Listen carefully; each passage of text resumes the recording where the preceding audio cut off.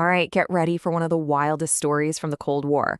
We're talking about a time when a soda company, yeah, a soda company, became one of the world's biggest military powers.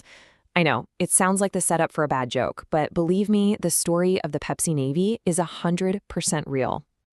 So, picture this. The year is 1989. The Berlin Wall is just about to come crashing down. The Cold War is finally starting to thaw out.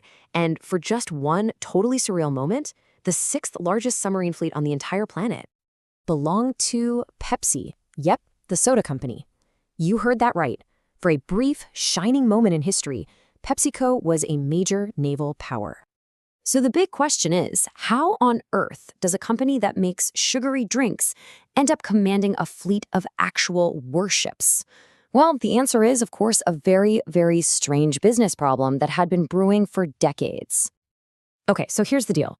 On one hand, you've got Pepsi. They had scored this huge win by becoming one of the very first American brands sold in the Soviet Union, and people there absolutely loved it.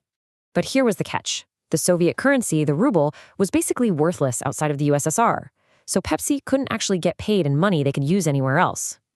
And we're not talking about small change here. This was a massive market. Russians were chugging down about 1 billion servings of Pepsi every single year.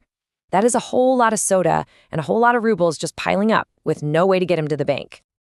So, since cash was off the table, the Soviets, who were desperate to keep their citizens happy with Pepsi, came up with let's call it, a creative solution.